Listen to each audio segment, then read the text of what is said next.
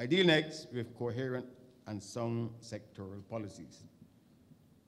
Private sector growth in Barbados can especially be promoted by sound and coherent sectoral policies that are implemented in a timely fashion.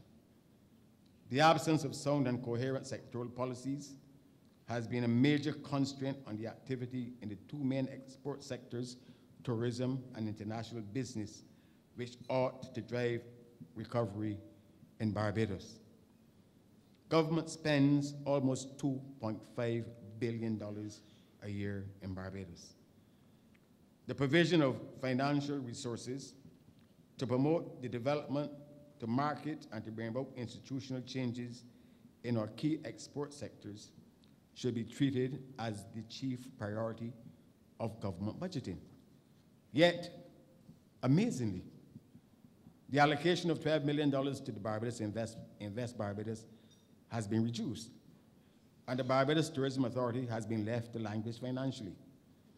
In relation to tourism, there can be no successful future if Barbados does not make the investments in attractions to market itself as a five-star destination, and if a major capital funding initiative is not undertaken to restore and to enhance much of our hotel capacity to world-class levels. As regards the international business sector, recent tax changes and a version of a high net worth individual regime, though well-intentioned, will, in our judgment, not get the job done. The adjustment of the tax rate on IBCs may help to stem the exodus of Canadian business. It is, however, not a substitute for the required initiatives to radically diversify the product base and mix that Barbados has to offer in this sector. Equally, the recently introduced high net worth individual regime is, in our judgment, beset with too many flaws to be fully effective. It is very much the case that many of the high net worth individuals have found their efforts at managing their wealth from their residences in Barbados trammeled by immigration policies and also by the absence of clarity in respect of terms of the status that they hold in Barbados for tax purposes. Equally, property owners have had to rethink their investment choices as our immigration authorities have from time to time given foreign individuals who have substantial property investments in Barbados very short lengths of stay in this country. The recent efforts by the government have not solved the problems, but may have the opposite effect. The essence of the current program for high net worth persons is to accord them special entry permits. Our research tells us that the concept of a special entry permit is not known to tax planners internationally as being equivalent to the concept of residency for tax purposes. While it therefore removes the irritant of being given a short stay on arriving in Barbados, it does not settle the critical issue of tax residency, as some of these individuals actually require to be conferred with the status of resident. Equally, some of the requirements are, in our view, largely unnecessary. Within this context, for example, these individuals who must have assets of at least $10 million must now establish that they also have health insurance, as if there would be a reasonable likelihood that they would not be able to afford to pay for medical attention in Barbados. In other subcategories, some of the applicants' income must be taxable in Barbados, but how would this be possible?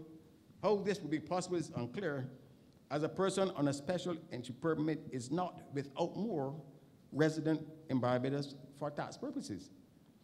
These individuals must also file copies on income tax returns and audited statements of net assets on an annual basis in order to maintain the special entry permit.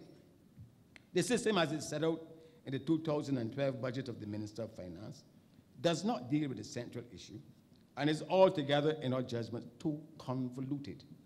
Put simply, it needs to be restructured in such a way as to satisfy the demand with a minimum of friction and a minimum of bureaucratic waste.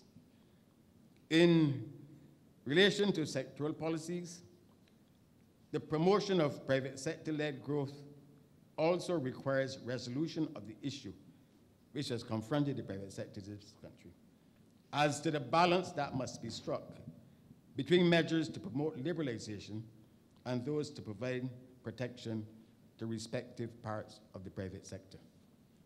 A regime of very high bond rates still applies to the importation of a number of commodities, ostensibly to provide protection for agriculture and manufacturing. These high rates of duty constitute, however, a burden on sectors such as tourism and on the budget of the consuming public. It is dubious in many cases if the regime stimulates activity in the sectors it is intended to protect. And I can tell you, after 14 years of the Ministry of Finance, I have been worn down from my height of 6'6" to my present height by having to deal with this conflict that the private sector itself cannot resolve. A more favorable climate for business in Barbados could be engendered if there can be a private sector-led consensus to reduce and to phase out these rates where it is clear that the impact is proving harmful. It also has to be emphasized that Barbados' competitiveness cannot be enhanced by measures that increase domestic costs faster than those of our main competitors or without reference to improvements in productivity.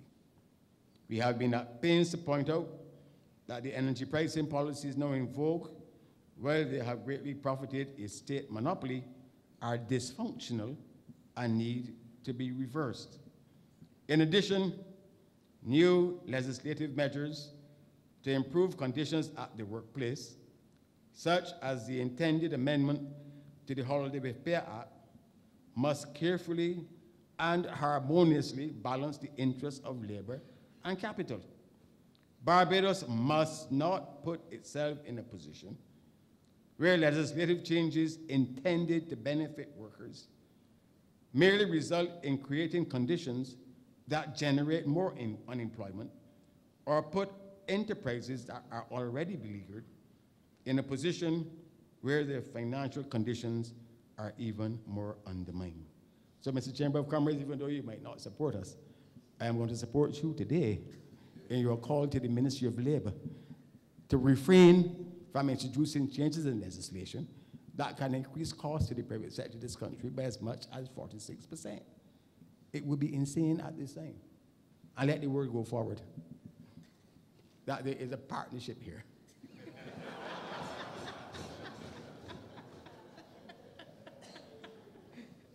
Finally, regarding sectoral initiatives, there is no doubt that policies and programs to spur the development of our creative economies, cultural industries, to stimulate the green economy, and to develop alternative energy production are most worthwhile and must be accelerated.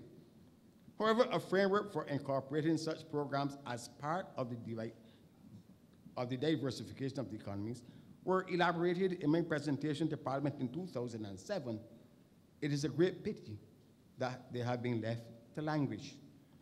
The development of Barbados' non-traditional services under the auspices of the Barbados Coalition of Service Industries is also a real and viable option to foster the growth of the economy, as new market access for such services have been opened by the Caribbean Single Market and Economy and by the new generation of trade agreements such as the EPA with Europe. Again, it is regretted that this opportunity is being missed by the refusal to provide the coalition with the resources to make it become a major influence on the transformation of our service sector.